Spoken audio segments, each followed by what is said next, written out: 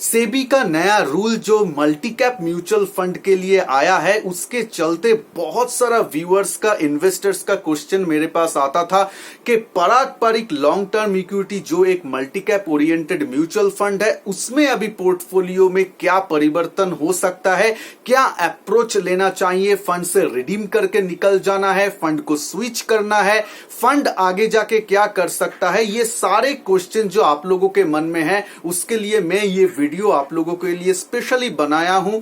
उसके साथ साथ और एक ईमेल जो आया है इन्वेस्टर लोगों को जो पराग पारिक में ऑलरेडी इन्वेस्टेड है कि कवर्ड कॉल अभी वो म्यूचुअल फंड हाउस लेगा, या तो ये कवर्ड कॉल एक्चुअली है क्या, ये ईमेल जो आया है इसको इंटरप्रिट किस तरह से करे, क्यों ये ईमेल आया है, और ये जो कवर्ड कॉल ऑप्शन है ये म्यूचुअल फंड के लिए अच्छा है या बुरा है, या एक्चुअली है क्या ये चीज, इसके बारे में डिटेल डिस्कशन रहेगा। उसके साथ साथ मैं यहाँ पे ऑलरेडी लिख दिया हूं पोर्टफोलियो जो सेबी के अनुसार हमें देखना है, इसका एनालिसिस रहेगा। तो बहुत ही इंफॉर्मेटिव वीडियो ये होने वाला है, वीडियो को एंड तक जरूर देखिएगा, पूरा जानकारी आप लोगों को मिलेगा। और एंड में मैं यही भी बताऊंगा कि आप लोगों को क्या करना चाहिए, एक्शन पॉइंट्स क्या होगा आप लोगों को, जिन लोगों के पास ऑलरेडी पारंपरिक म्यूचुअल फंड है, या फिर कोई लोग अगर नया इन्वेस्टर है, जो लोग निवेश करना चाहते हैं, उन लोगों के लिए भी क्या करना चाहिए। नमस्कार दोस्तों, मैं हूं संजय और आप देख रहे हैं आपका चैनल संजय टॉक्स। तो चलिए शुरू करते हैं। देखिए, ये जो टर्म है कवर्ड कॉल ऑप्शन, जो लोग एक्टिव ट्रेडर है मार्केट में उन लोगों को शायद ये पता रह सकता है, लेकिन जो लोग म्यूचुअल फंड में आम निवेशक हैं उन लोगों के लिए ये टर्म शायद पहली बार सुन रहे होंगे, ऐसा बहुत लोग इन्वेस्टर रहे होंगे। तो मैं आसान शब्दों में, क्योंकि आप लोग तो ट्रेडिंग नहीं कर रहे हैं, आसान शब्दों में मैं इसको थोड़ा सा एक्सप्लेन करूंगा, म्यूचुअल फंड के संदर्भ में मैं एक्सप्लेन करूंगा। तो देखिए, जो ईमेल आया है उसका पहले कॉन्टेक्स्ट आप जान लीजिए। ये जो कवर्ड कॉल ऑप्शन है, ये सेबी के द्वारा म्यूचुअल फंड हाउस को 2019 में ही परमिशन दिया गया था कि आप लोग ऐसा कवर्ड कॉल भी जो स्ट्रेटेजी है स्पेशली, ये आप ले सकते हैं पोर्टफोलियो को हेज करने के लिए या फिर कुछ एक्स्ट्रा इनकम जनरेट करने के लिए आप ले सकते हैं। उसके साथ साथ कुछ पॉइंट्स या कुछ टर्म्स एंड कंडीशंस भी दे दिया था सेबी ने, जैसे कि आपका पोर्टफोलियो का कितना प्रतिशत हिस्सा आप ये कवर्ड कॉल के लिए यूज कर सकते हैं। तो ये सब टर्म्स और कंडीशंस को रखते हुए कोई भी म्यूचुअल फंड एएमसी अपना जो फंड है उसके लिए ये कवर्ड कॉल का ऑप्शन ले सकता है। तो Parag Parikh long term equity fund ने भी अप्लाई किया था और उसका अप्रूवल भी आ चुका है। तो अब से वो जो Parag Parikh long term equity fund है वो कवर्ड कॉल में निवेश कर सकता है, या ये स्ट्रेटेजी को वो अपना पोर्टफोलियो में यूज कर सकते हैं। तो जैसे ही ये चीज हुआ, ये चीज नया चीज है, ये चीज थोड़ा सा आपका ट्रेडिंग, फ्यूचर एंड ऑप्शंस इसके तरफ जाता है। तो इसीलिए उन लोगों ने सोचा कि ठीक है, मैं जो मेरा इन्वेस्टर है, ऐसा सेबी का गाइडलाइन भी बोलता है, अगर आपका पोर्टफोलियो में या फिर आपका जो फंड का जो डायरेक्शन है उसमें थोड़ा सा भी कुछ चेंज हो जाए, आप जानते हैं अगर एक्सपेंस रेशियो भी चेंज होता है या कुछ फंडामेंटल चेंज आता है तो आप लोगों को ईमेल द्वारा म्यूचुअल फंड हाउस अवहित करता है। वैसे ही सिमिलरली, तो वैसे ही ये जो चेंज पोर्टफोलियो में ये स्ट्रेटेजी को अभी Parag Parikh long term equity fund में फंड मैनेजर यूज करने वाले हैं। तो इसीलिए जैसे ही उन लोगों को ये अप्रूवल मिला या फिर वो लोग समझे कि अभी से वो यूज करेंगे, इसीलिए वो लोग हम लोगों को, जो भी इन्वेस्टर्स लोग हैं, उन लोगों को ये ईमेल द्वारा अवहित किया है। देखिए, स्टॉक मार्केट में फ्यूचर एंड ऑप्शंस बोल के एक सेगमेंट होता है, वो ऑप्शन के द्वारा ये जो स्ट्रेटेजी है उसको प्ले किया जाता है। अभी ऑप्शन क्या है या ये पूरा कवर्ड कॉल क्या है, ये अगर पूरा डिस्क्राइब करने बैठेंगे तो 2 से 3 घंटा लग जाएगा, उतना हम नहीं करेंगे। सिर्फ स्मॉल पॉइंट जो हमें जानना चाहिए उसके बारे में जानेंगे। पहले तो देखिए, मैं एक एग्जांपल दे रहा हूं, जो आप स्टॉक ऐसे खरीदते हैं, मतलब डिलीवरी में स्टॉक कुछ खरीदे, एसबीआई या टीसीएस, इन्फोसिस का, रिलायंस का स्टॉक खरीदे और अपना पोर्टफोलियो में रखे, जो म्यूचुअल फंड करता है उसको हम बोलते हैं कैश सेगमेंट ट्रांजैक्शन। तो मान लीजिए एसबीआई का स्टॉक ये फंड ने खरीदा है, कोई भी फंड, मैं जस्ट एग्जांपल के लिए ये बोल रहा हूं, ऐसा नहीं है कि ये उसका पोर्टफोलियो में है, जस्ट मैं एग्जांपल के लिए बोल रहा हूं। एसबीआई का मान लीजिए स्टॉक जो म्यूचुअल फंड है इसका पोर्टफोलियो में ऑलरेडी पड़ा हुआ है और उसका प्राइस, मान लीजिए एसबीआई का प्राइस अभी 200 रुपए का आसपास चल रहा है। ₹200 में लिख दिया। ठीक है, तो ये अभी जो स्टॉक है मेरे पास ₹200 में है। अभी मान लीजिए फंड मैनेजर को ऐसा लग रहा है कि जो ये मंथ है, ये जो मंथ चल रहा है सितंबर, उसमें एसबीआई का प्राइस ₹250 से ऊपर नहीं जाएगा, मार्केट कंडीशन देख के या फिर जो भी उसका फंडामेंटल एनालिसिस, टेक्निकल एनालिसिस जो भी बोल लीजिए, उसके हिसाब से ऐसा लग रहा है कि 250 के ऊपर प्राइस इसका नहीं जाएगा। ये टाइप का सिनेरियो में फंड मैनेजर जो है वो 250 का जो कॉल ऑप्शन है उसको बाजार में सेल करेगा। अभी ये टर्म सुन के आप लोगों को, बहुत लोगों को लगेगा कॉल ऑप्शन क्या है, सेल करेगा ये क्या है। तो देखिए बाजार में ये सब चीज भी ट्रेड होता है। मतलब 250 रुपीस का कॉल ऑप्शन, मतलब जो लोग समझते हैं कि 250 से ऊपर चला जाएगा या 250 से नीचे चला जाएगा, तो उसके लिए जो लोग जो हमारा कॉन्ट्रैक्ट, ये एक कॉन्ट्रैक्ट के बेसिस में होता है। जो कॉन्ट्रैक्ट हमें बोलता है कि ये प्राइस 250 से ऊपर जाने वाला जो कॉन्ट्रैक्ट है, जो बुलिश साइन आप बोल सकते हैं, उसको हम बोलते हैं कॉल ऑप्शन। और अगर किसी का व्यू रहता है 250 का नीचे चला जाएगा, उसका भी एक कॉन्ट्रैक्ट बाजार में ट्रेड होता है, उसको हम बोलते हैं पुट ऑप्शन। तो ये कॉल एंड पुट, ये दो चीज रहता है और ये दो कॉन्ट्रैक्ट होता है। फ्यूचर एंड ऑप्शन भी कॉन्ट्रैक्ट रहता है, ये भी कॉन्ट्रैक्ट है। ये फिजिकल शेयर्स है, एसबीआई का शेयर्स है। ये जो कॉल और पुट ऑप्शन है ये सिर्फ और सिर्फ कॉन्ट्रैक्ट है। तो इसमें कवर्ड कॉल जो आपका ईमेल आया है उसमें, और ये जो सेबी का रूल है, इसमें सिर्फ और सिर्फ जो फंड मैनेजर है वो सिर्फ ये कॉल को सेल कर सकता है, कॉल को शॉर्ट कर सकता है। तो ये जो आपका है कॉल ऑप्शन, 250 का कॉल ऑप्शन, इसको हम कॉल ऑप्शंस बोलते हैं। कॉल ऑप्शन जो कॉन्ट्रैक्ट है वो बाजार में ट्रेड होता है। मान लीजिए आज का दिन में सितंबर में, आज का दिन जो है सितंबर में ये ट्रेड हो रहा है, मान लीजिए ₹10 में। हालांकि एक्चुअली प्राइस इतना डिफरेंस रहेगा तो इसका प्रीमियम ₹10 नहीं होगा, इससे बहुत कम होगा। मैं एग्जाम्पल के जरिए आपको बोल रहा हूं। ये जो प्राइस में ट्रेड हो रहा है इस प्राइस को हम बोलते हैं प्रीमियम। ठीक है, तो ₹10 प्रीमियम मिल रहा है 250 का कॉल ऑप्शन। इसको जो खरीदते हैं वो वाला बंदा क्या सोचते हैं कि एसबीआई का प्राइस 250 से ऊपर चला जाएगा, क्योंकि कॉल ऑप्शन मींस बुलिश, ये मींस बुलिश। मैं ऊपर की तरफ एरो दे दिया, मतलब दाम बढ़ेगा। ये जो लोग सोचते हैं वो लोग ज्यादातर कॉल ऑप्शन को बाय करते हैं, सिंपल भाषा में। अगर मैं इसको सेल कर देता हूं तो उसका मायना क्या हुआ? इसका मायना है जो लोग सेल कर रहे हैं वो लोग जानता है या कहीं ना कहीं सोच रहे हैं कि जो प्राइस है वो 250 का नीचे ही रहेगा। इसको अगर मैं, इस कॉन्ट्रैक्ट को अगर बाय करता हूं तो उसका मतलब मैं बुलिश हूं, स्टॉक का प्राइस ऊपर जाएगा। इसको अगर मैं सेल करता हूं मींस मैं बियरिश हूं एसबीआई के ऊपर, और मैं चाहता हूं कि 250 का नीचे रहे या फिर साइडवाइज रहे, या फिर साइडवाइज हो। मान लीजिए 200 है तो 210, 220 तक प्राइस जा सकता है, इतना ही बस, 250 का ऊपर नहीं जाएगा। तो इसीलिए कॉल को वो लोग सेल कर देगा। ठीक है, सेल करेगा। इसको बोलते हैं कवर्ड कॉल। मेरे पास एसबीआई का फिजिकल शेयर भी मौजूद है और उसके हिसाब से प्रोपोर्शनेटली मैं उसका जो कॉल है उसको भी सेल कर दिया। देखिए इसमें बहुत सारा कैलकुलेशंस रहता है, कितना आपका फिजिकल होल्डिंग है उस हिसाब से आपको सेल करना है, उसमें कितना मार्जिन लगेगा, उसके ऊपर कितना रिटर्न आएगा, तो रिटर्न ऑन मार्जिन, ये सब बहुत सारा चीज है जो आप लोगों को, एक आम निवेशक को जानने का उतना जरूरत नहीं है। ये फंड मैनेजर आप लोगों को लिए करेगा। जो लोग ट्रेडर है, ऑलरेडी एक्टिवली ट्रेडर है मार्केट में, वो लोग ये सब जानते होंगे। मैं जस्ट सिंपल भाषा में आप लोगों को समझा रहा हूं। तो देखिए जैसे ही हम कॉल को सेल करेंगे हमको क्या मिलता है, स्ट्रेट अवे जैसे ही हमको सेल करूंगा मुझे ये ₹10 जो प्रीमियम है ये ₹10 मुझे मिल जाएगा, ₹10 पर शेयर मान लीजिए। फिर मेरा जो अगर एसबीआई है, मैं अगर 1000 शेयर्स यहाँ पे बेचता हूं, ये जो कॉन्ट्रैक्ट है इसको बेचता हूं 1000 शेयर, हालांकि इसमें लॉट साइज होता है, उतना जानने का जरूरत नहीं है। मान लीजिए 1000 शेयर्स में बेच दिया तो मुझे 1000 इंटू 10 रुपीज यानी 10,000 रुपए मुझे एज अ प्रीमियम की तरह मिल जाएगा। तो ये 10,000 मेरा, अभी देखिए प्रॉफिट कब होगा, जब ये पूरा मंथ में, ये जो एक्सपायरी बोल के एक टर्म्स आता है, ये जो कॉन्ट्रैक्ट रहता है ये मंथली बेसिस का कॉन्ट्रैक्ट होता है।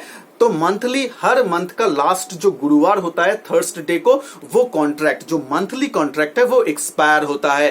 तो वो एक्सपायर होने तक, होने का दिन में अगर वो 250 से ऊपर नहीं गया, 250 के नीचे ही बाजार बंद हुआ एसबीआई का शेयर प्राइस, एसबीआई का शेयर प्राइस, इस कॉन्ट्रैक्ट का नहीं, एसबीआई का शेयर प्राइस अगर 250 से नीचे ही बंद हुआ, तब ये पूरा जो 10 रुपए यानी 10,000 रुपए मैंने कमाया था वो मेरे पास पूरा इंटैक्ट रहेगा और ये मेरा कमाई बोला जाएगा। ठीक है, ये हुआ तो ये प्रॉफिट मुझे मिलेगा। लॉस कहां पे है, नुकसान कब हो सकता है, अगर एसबीआई का प्राइस वो जो एक्सपायरी डेट है उसमें 200 रुपए से बढ़ के 250 के ऊपर भी चला जाता है, तब ये जो प्रीमियम है इसका भी प्राइस बढ़ता रहेगा और मुझे तब लॉस होता रहेगा क्योंकि मैंने 10 रुपए में ही बेच दिया था।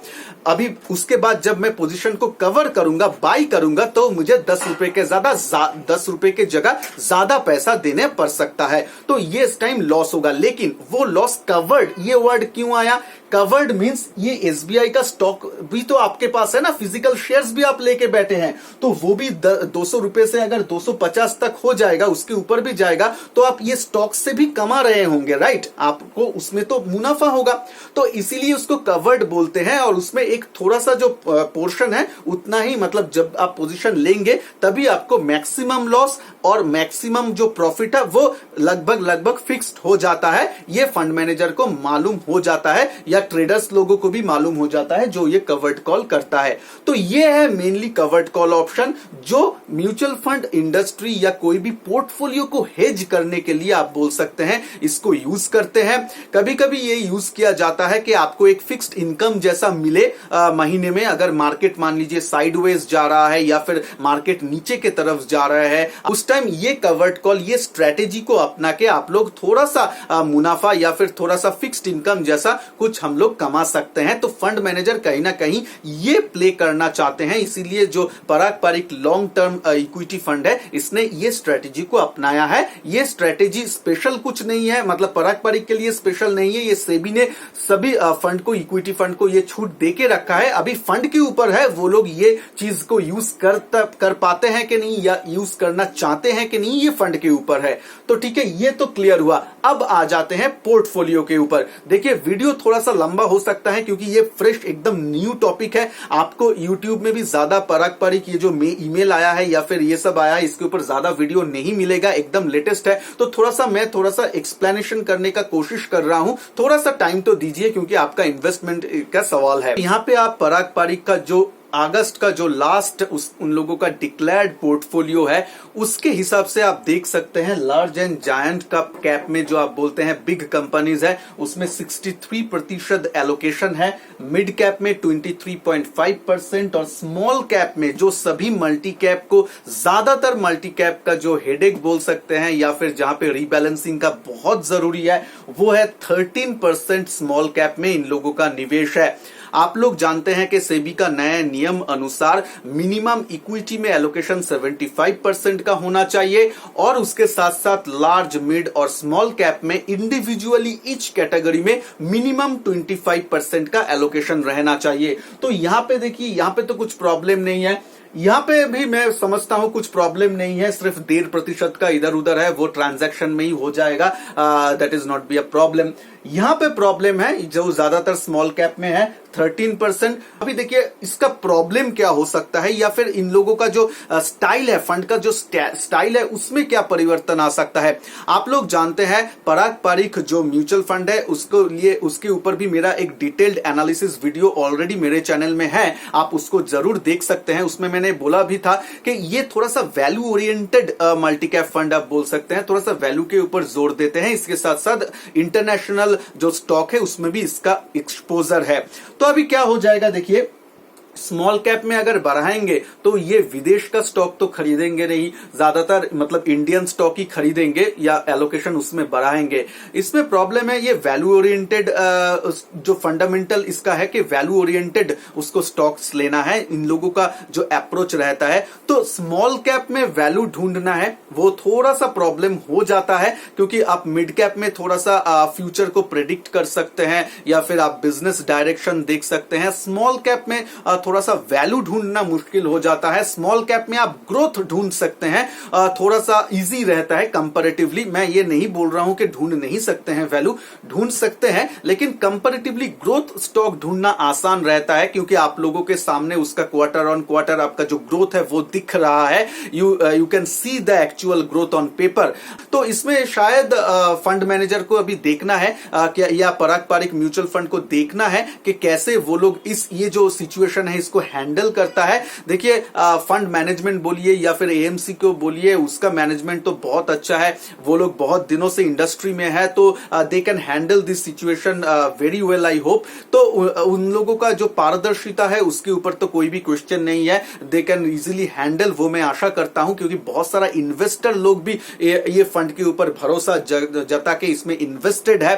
तो उन लोगों का भी अच्छा होगा अगर ये जो एलोकेशन बढ़ाने के साथ साथ वो लोग ये देखना है कि वैल्यू के साथ रह पाता है या फिर ग्रोथ के तरफ वो जाते हैं, ये देखना है। लेकिन एलोकेशन तो उन लोगों को बढ़ाना ही बढ़ाना है। और एक बात, ये इनहेरिटेंटली जो है, देखिए जो इंडियन स्टॉक है, इंडियन इक्विटी है, वो लगभग इन लोगों के हाथ में 65% के आसपास है, 65-66 इतना प्रतिशत में है, हर मंथ चेंज होता है वो। तो उसमें अगर देखिए ये 13% अगर बढ़ा के 25% करना पड़ेगा, तो कोई ना कोई जगह से तो वो कम करना होगा ना, कोई ना कोई जगह से कम करना होगा, क्योंकि ये लार्ज कैप के अंदर आपका जो अमेज़न, फेसबुक, गूगल, ये सब जो बाहर का कंपनी है वो भी इंक्लूडेड है। तो कहीं ना कहीं से उसको कम करना पड़ेगा, यहां से कम नहीं कर सकते हैं, इसको तो बढ़ाना है, तो क्या करेगा, यहां से ही उस लोगों को कम करना है, यानी जायंट और लार्ज कैप जो पोर्शन होता है उसमें से कम करना पड़ेगा। इसमें दो चीज हो सकता है,